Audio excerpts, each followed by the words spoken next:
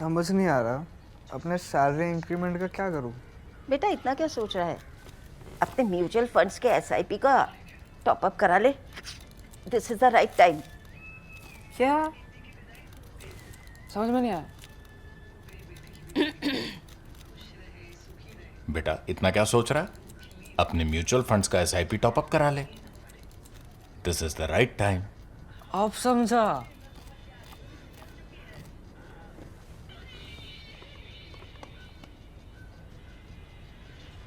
Mutual fund investments are subject to market risks.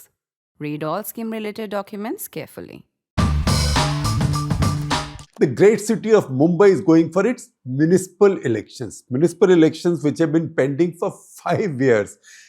Not just Mumbai, all of the 29 urban bodies, big municipal corporations in Maharashtra are going to the polls, including Pune, Nagpur and Aurangabad. However, we are focusing on Mumbai. We will talk about its politics, and once I'm done to understand the politics, because it's very important and quite fascinating the way it's playing out in Maharashtra and Mumbai, we'll be joined in by Manasi Phadke, our deputy editor, who's been on top of that story. Before that, what I'm going to do is rant.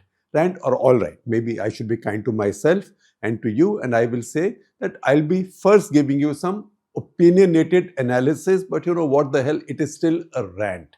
And here it is. Some of you who followed my work, my writings in the past, know that this is a favorite rant as well. Look at the state of our cities. Think of the 4 things which are the 4 greatest brand destroyers of India. There are lots of things which are brand builders for India. I'm not saying India only has brand destroyers, but every brand has some destroyers. The 4 greatest, more horrible brand destroyers for India are: number 1 are air quality, number 2 garbage disposal, number 3 traffic, number 4 treatment of women in public places. These are the 4 great brand destroyers of India. My city, Delhi, unfortunately qualifies on all 4 gloriously, right? You know why I say gloriously. I'm being sarcastic about my own city.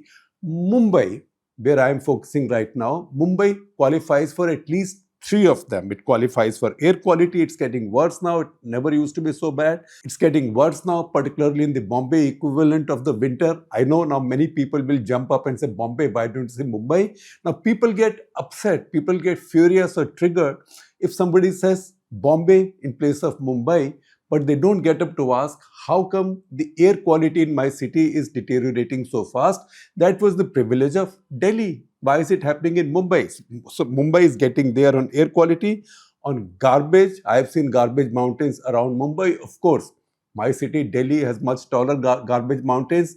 You can go east of Delhi, or ideally, if you can find a tallish building in Delhi, particularly in extreme south of Delhi, where a couple of apartment buildings have come up, in a city which by and large is flat, see the windows opening to the east, and you would see gently rolling mountains. That is the Ghazipur landfill. That is the Ghazipur garbage mountain. In fact, I tell my friends there that you should rename your apartment complex Mountain View Complex, even if these are mountains of garbage. So Delhi is way ahead, but Bombay is getting there. Bombay has garbage all over the place.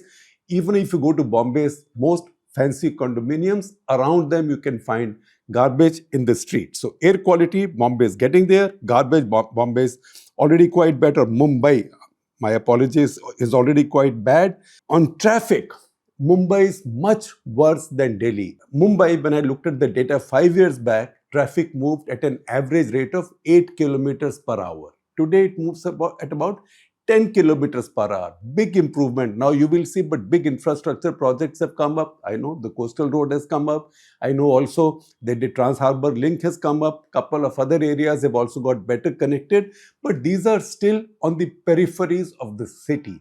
In its heart, the city and its suburbs still barely crawl. So the average rate at which traffic moves in Mumbai, or a person goes from one place to the other in Mumbai, is 10 kilometers per hour. The only area in which Mumbai is better than Delhi is treatment of women, safety of women in public places. So hang in there, Mumbai, stay with that. I hope other cities, particularly Delhi, learn some lessons from that. What does this brand destruction mean for India? Of the 20 most polluted cities in the world, every year, depending on the count that year, because competition is all in the subcontinent. Competition comes from Kabul sometimes, surprisingly. Competition comes from Dhaka a lot of the times. In fact, Dhaka is right there. 15 to 17 of the most polluted cities in the world are in India. Our urban governance is completely short. 15 to 17 of the 20 most polluted are in India. 25 of the 30 dirtiest cities in the world are in India. Once again, to make the same point that our urban governance sucks. And in this situation also, our urban democracy, our urban bodies remain suspended for long periods. Elections are not held for long periods.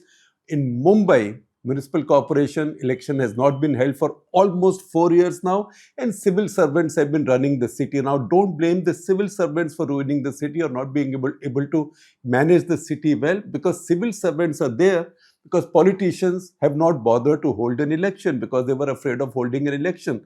They could not get their politics sorted. Once again, if you want to see Bengaluru, okay, not Bangalore, Bengaluru, it hasn't had an election for more than 5 years now. It has dragged things for so long that now Supreme Court has ordered Karnataka government to hold elections in Bengaluru, municipal elections, by June 30th. And meanwhile, Bengaluru, which has the slowest traffic, I think, for any place in the world, this is also a place that destroys Google's reputation. In fact, I had once said that if Google was allowed to rename some of the cities on its maps, it should rename Bengaluru as Waterloo, its own Waterloo, because Google may tell you you will reach from one place to the other in 30 minutes. In Bengaluru, it could be 2 hours and 30 minutes. It could be anything. Connectivity is bad, and the city is trapped in a cycle of alternate droughts and floods. Droughts when everybody lives off a water tanker. Floods when you find disaster relief boats in the most expensive developments of the city. Once again, a completely short example of urban governance. Hyderabad has been improving, but Hyderabad has space, so it's growing in that space. But yes, the city is improving. Even Kolkata over time has improved. Maybe you will say Kolkata, the economy is not growing so much, so it's improving. But Kolkata has improved lately for quite some time, for about a decade or so. Hyderabad definitely is improving. Mumbai has been so bad that in a 2014 writings on the wall that I wrote from Mumbai in the run-up to the 2014 general election, I had one article that was headlined Navi Kolkata. Mumbai was going down the tube so rapidly now that soon it will begin to resemble the route of Kolkata. That's been arrested a little bit, mainly because some of these headline infrastructure projects have been built, which is a big relief. Mumbai, therefore, has had some infra upgrades, but quality of life has not been upgraded. No. Now, how much do cities matter in India? Gandhi famously used to say that India lives in its villages, and then we know that storied exchange between him and Ambedkar. And Ambedkar said, that's okay, but should India continue to do so forever? Should it continue to live in its villages forever? Any developing country, any developed country must urbanize. If India wants to become a Viksit Bharat by 2047, it must urbanize. Nobody wants to urbanize. At the same time, serendipitously, that's a soft word to use, but chaotically, I would say that's a better word. Urbanization is happening. Millions are moving to India's cities, but when they move in, a lot of them move into a slum. They move into a slum or they set up a new slum. Let me list India's top cities: Delhi, Mumbai, Kolkata, Bengaluru, Hyderabad. Today, we haven't had a census since 2011, but today these 5 cities between themselves house about 11 to 12 crore people. How many people are they? This is more than 20 times of New Zealand's population, 150 times of Luxembourg, 5 times of Norway, Sweden and Denmark together. That's 5 times of all of Scandinavia together. 4 times Australia, right? 4 times Australia. if I go by those estimates, by this time, Indians living in our cities are already more than the population of the US. Maybe not quite there, but by next year we will be there. That means so many Indians are living in our cities, and our cities are rotting. And not only are they rotting, many of them don't even have their own elections and their own governments as well. Indian politicians, the political class has never really cared about the cities because the voters live in the villages. That's where they win their power from. This callousness is so institutionalized that for about 5 decades since we became independent, we had a Ministry of Rural Development always, but urban development wasn't there. In place of that, we had something called the Ministry of Works and Housing, which I think should have been simply called Ministry of CPWD, Ministry of Central Public Works Department. Urban development is a very latter day thought in India, and that is the reason our cities were never planned. They've come up chaotically. The only parts in our cities, in our big cities, that are planned are the parts where the governments came to live. That is your assembly, that's your MLA quarters, your minister's home, your senior officer's home, your other civil servants' homes, even your clerical homes. Those areas are still reasonably planned and have some facilities. For the rest of the city, it was every man for himself. That's the reason I was so shocked when the Bombay High Court, that's Bombay, not Mumbai, Bombay High Court put a stay on the coastal road project because they said it needed wildlife clearance for some corals which might be destroyed. And how much were those corals? I just saw it and I checked 10 times to see if the numbers were right, or if I'd got the decimal in the wrong place, or maybe I'd got the wrong unit, maybe it was square kilometers or something else, not square meters. But the total amount of corals it involved was 2 patches, one of 0.251 square meters, the other of 0.11 square meters, a total of 4 square feet, like this much space approximately. For that, Bombay High Court had blocked the construction of the coastal highway. I'm so grateful to the Supreme Court that they cleared it and it's now been built. But that also tells you how conscious we are, our elites are, whether they are political, bureaucratic, or judicial, about our cities. And that's the reason I have maintained over time that India made a big mistake by housing the capitals of its big states in their biggest cities. If Mumbai was not the capital of Maharashtra, if Bengaluru was not the capital of Karnataka, if Hyderabad was not the capital of Andhra, if Kolkata was not the capital of Bengal, then maybe those cities would have had their mayors, their own governance, and they would have been in much better shape. Look at the example from America. In that country, they are not stupid. I know everybody likes to laugh at Americans, but they are not stupid. In almost all the major states, its biggest city is not the capital of the state. I will give you some examples. California is not LA, not San Francisco, not San Diego, it is Sacramento. Illinois, not Chicago, but Springfield. New York, not New York City, but Albany. Pennsylvania, not Philadelphia, but Harrisburg. Maybe something like that should have been planned for India, and maybe something like that can still be done for India, although the politicians, once they've taken control of the cities, they will not leave these easily. That said, I rest my case. My rant is over. I now go to Manasi Phadke, our deputy editor in Mumbai, who will make sense of the politics now. So Manasi, my apologies for subjecting you to what I called as my rant, but really my Rona Dhona. That done, you've been on top of this story. Tell us what's at stake in Maharashtra and Mumbai specifically. I know that 29 municipal corporations are going to the polls, but Mumbai is the big daddy or the big mommy. You can choose the gender. Most of these municipal corporations are actually having elections after a very long time, some even more than 5 years, some close to a decade have not seen an election. So in general, there is a scramble to establish dominance in urban Maharashtra by all parties. The round one of urban polls was held last month when municipal councils across Maharashtra went to elections, in which the Mahayuti emerged as the clear winner. And this, we can say, is the second round. Now, coming to the BMC, everybody knows that the Mumbai Municipal Corporation is the country's richest civic body. It has a budget of, so this year the budget outlay was almost 74,000 crore for 2025-26, which is bigger than the budgets of some smaller states in India.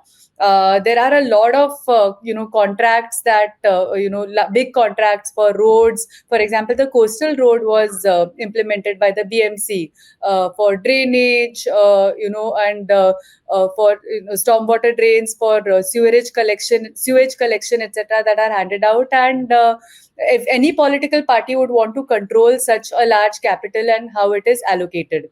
Mansi, as you say, these are big projects that the municipal corporation in Mumbai implements. There is also a lot of corruption. It's also a bit of an ATM. You can build those bad quality roads which grow potholes so quickly, and then you make more money. First of all, you make money building those roads with bad contractors who do this lousy job, and then you make more money filling those potholes. So this is almost like a Keynesian project in government corruption, that you keep on digging holes and filling them. That's right. And also, any infrastructure projects in Mumbai are implemented mainly by three agencies: the MMRDA, MSRDC, and BMC. Now, MMRDA, MSRDC come under the state government. Give us the full form of each. The MMRDA is the Mumbai Metropolitan Region Development Authority, which comes under the Urban Development Department of the state government, which is currently with Eknath Shinde, and the Maharashtra State Road Development Corporation, MSRDC, which also comes under the state government. So the Mahayuti is anyway controlling these two bodies. It also wants to establish its control on the BMC, so that all three major infrastructure agencies are now under the control of the Mahayuti. Uddhav Thackeray-led Shiv Sena is desperate to get control of the BMC, so that at least one aspect of Mumbai's urban development is with the party. MMRDA and MSRDC are not with the party, they are with the Mahayuti. So at least BMC is with the Uddhav Thackeray-led Shiv Sena.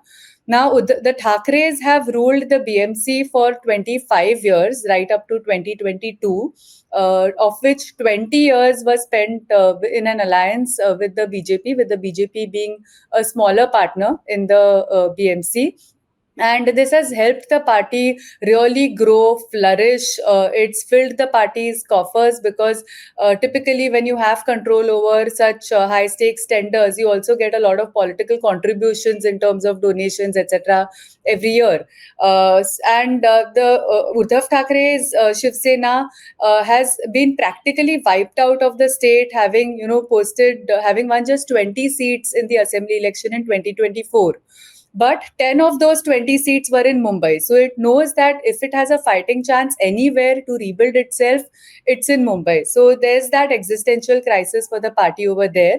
And the BJP has always been wanting to get control of the BMC. It came very close to doing that in 2017 when it contested the election separately against the then undivided Shiv Sena, though they were allies in the state. It got 82 of the 227 wards, whereas the Shiv Sena had 84. But at that time, the BJP said that it had proved its point. It didn't want to upset the equation at the state level beyond a point. And it said that they would let the Shiv Sena install their mayor and give outside support. So there is, in short, a lot at stake here in this election. So right now, what you are saying is that if the Thackeray Shiv Sena loses these municipal corporation elections in Mumbai, other cities, yes, but Mumbai particular, they would be looking at a kind of end of the political road for them. That's right. We can put it like that. Of course, no party can really end. It's a long game, but at least, in the near term, if we look at from now to the 2029 elections, it will really take a miracle for Uddhav Thackeray to be able to bounce back if his party loses Mumbai. Because parties like that need two things. One, they need money to run their politics. Second, they need patronage that they can distribute to their people.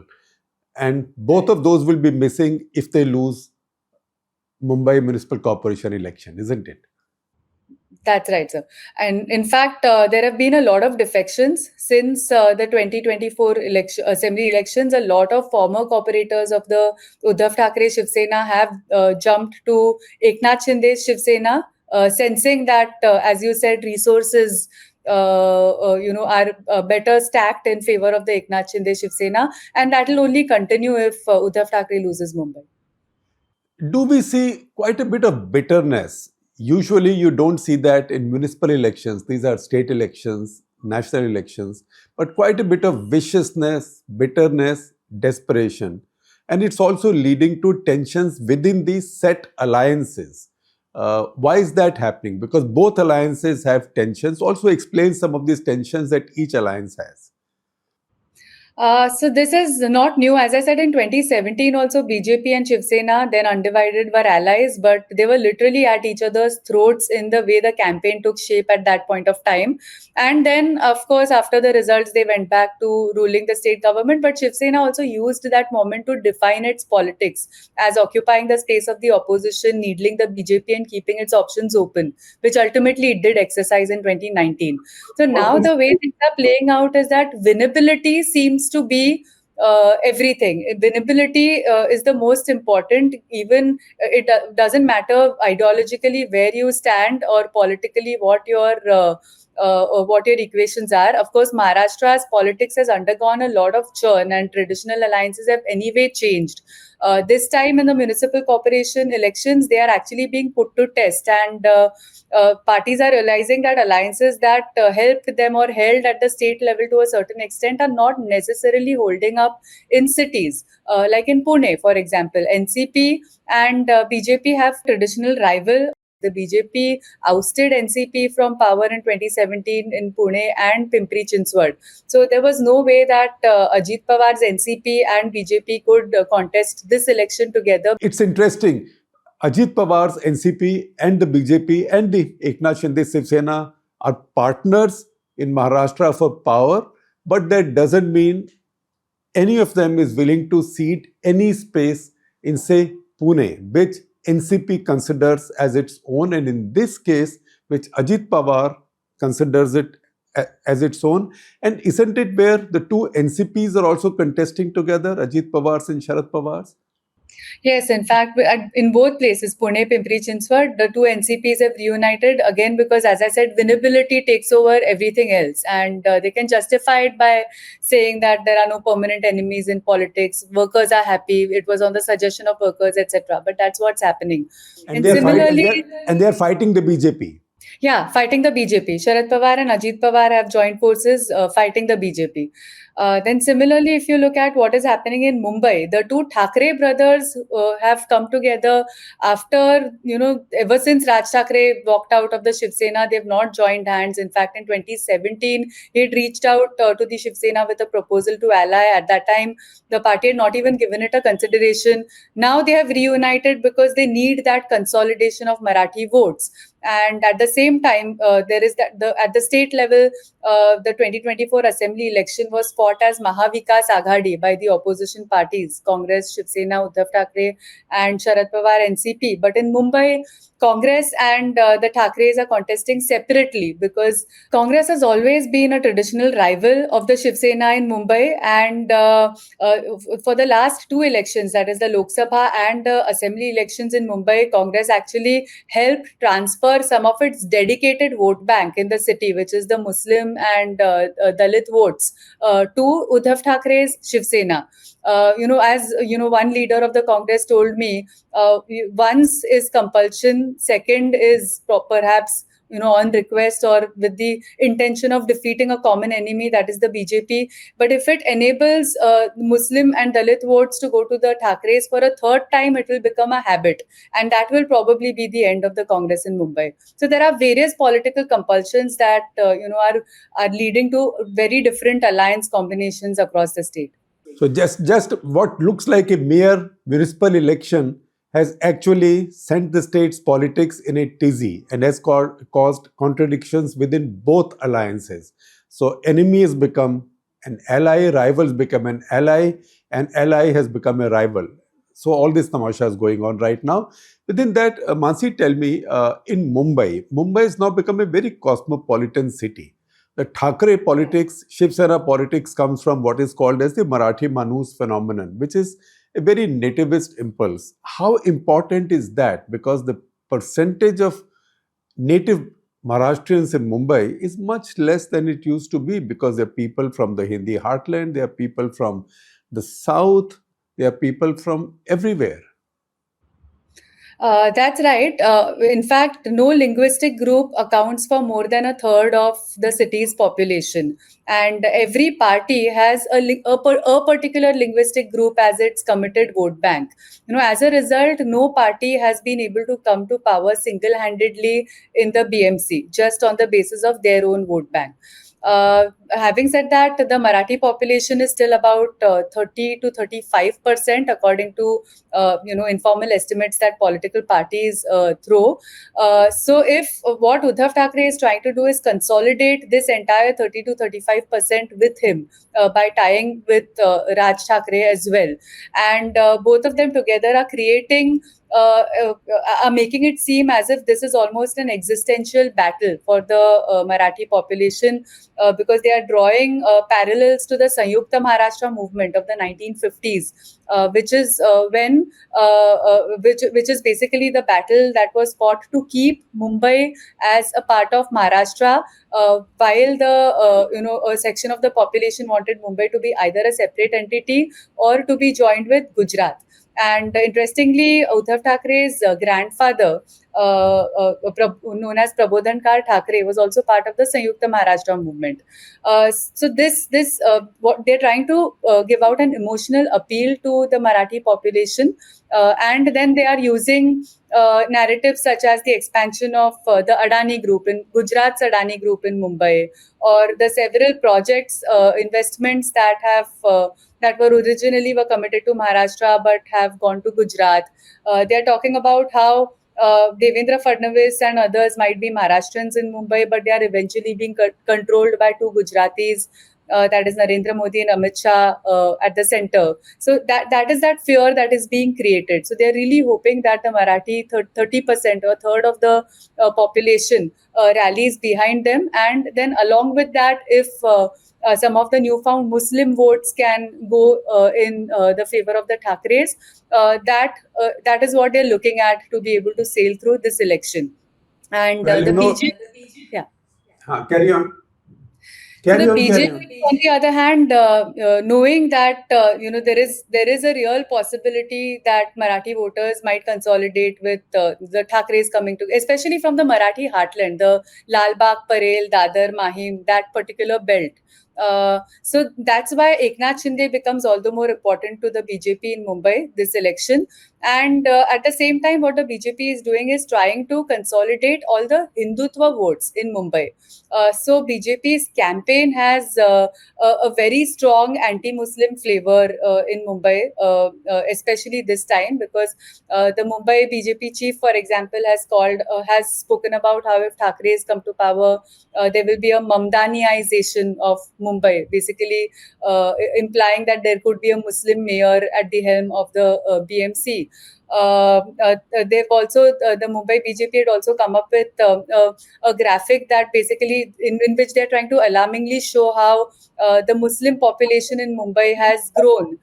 So they are basically banking on this anti-Muslim sentiment, also talking about taking action against illegal Bangladeshi Rohingya residents in Mumbai if they come to power, to consolidate the Hindu voter base in their favor. Mansi, if you have 35% vote, since our question was about Marathi vote, you need alliances. You need alliances to go past the line, right? How can you get those alliances if Raj Thackeray campaigns by bringing back that Uthao Lungi Bajao Pungi, which is directed at people from the south, because there is a sizable number, and Gujaratis, now this demonizing of the Gujaratis, and to say that Gujaratis are controlling Mumbai. Gujaratis have a very large population in Mumbai. In fact, the joke that I have heard forever is that the three biggest cities of Gujaratis are Mumbai, Ahmedabad, and Leicester, right? Gujaratis are a very large population. So can you alienate Gujaratis and alienate South Indians? You've been alienating Hindi heartland people anyway, the Thakres. It's going to be tough to win an election. So do you get the sense that Thakres have corrected their politics, or have they gone back instinctively to the old nativism for which enough Marathi Manus are simply not available? Yes and no. They have definitely gone back to their old nativism, because while the absolute number of Marathi population in the city has dipped, as I said, it's still a third. So whatever is left, if they can consolidate that, it will help them. Where they have changed their politics is in terms of the Muslim vote bank, which traditionally all of us, we've heard about how the 1992-1993 riots were said to be engineered by Thakre, by They were engineered. They were not said to be. They were engineered. There are commission findings on that. Yeah. And Bal Thakre in the 1990s his politics had a very distinct anti-Muslim flavor. There were various editorials also carried in Samna, their mouthpiece against the Muslim community. They started the Maha-Aartis on the streets to counter the Muslim prayers. So Bal Thakre's politics had a distinct anti-Muslim flavor. That, of course, has changed a lot under Uddhav Thakre. In fact, Uddhav Thakre, in his rally at Shivaji Park with Raj Thakre, when he likened today's situation to the Sayukta Maharashtra movement of the 1950s, he also spoke about a poet, Shahir Amar Sheikh, and who was said to be active during the Sayukta Maharashtra movement, to basically emphasize the contribution of the Muslim community in Mumbai. So, and the Muslim votes in Mumbai are also sizable. They are about 15 to 18%. So that is the game that the Thakres are looking at. About a third, 30% of Marathi votes, 15 to 70% of Muslims, and fringe votes from here and there if they can gather those. But eventually, I think to be able to install a mayor, the parties may need some sort of fence building with the Congress, outside support, or some kind of an arrangement. You see how fascinating and how ironical that a party that was built on anti-Muslimism, right? And in its own version of Hindutva, very hard Hindutva, Shiv Sena now depends on the Muslim vote if he has any chance of survival. So Manasi, you have an incredible story to follow. It will play out over the next 3 days and we'll all be watching. Thank you.